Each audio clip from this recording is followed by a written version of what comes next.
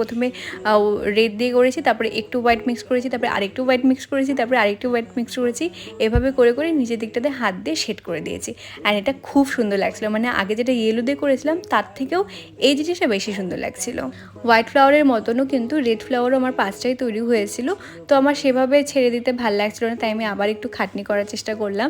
তারপরে আমি আবার একটু ইয়েলো কালার অ্যাড করলাম, সেটাকে হাত দিয়ে একটু শেডিং করলাম, তারপরে আবার একটু রেড ডট ডট ডট দিলাম।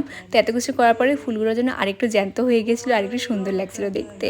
এরপরে আমি ভাবছিলাম যে আর কি করা যায়, কারণ এভাবে আমার ছাড়তেও ভালো লাগছিলো না, একটু ফাঁকা লাগছিলো, আবার খুব বেশি করলেও হিজিগিজি লাগতো।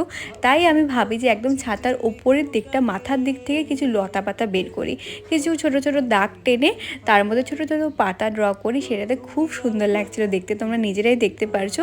তোমরা কিন্তু এর মধ্যে ছোট ছোট ফুলও অ্যাড করতে পারো, বাট আমি আর কিছু অ্যাড করিনি, আমি কোনো রিস্কই নেইনি যে এটাকে নষ্ট করার, যতটুকু হয়েছে ব্যাস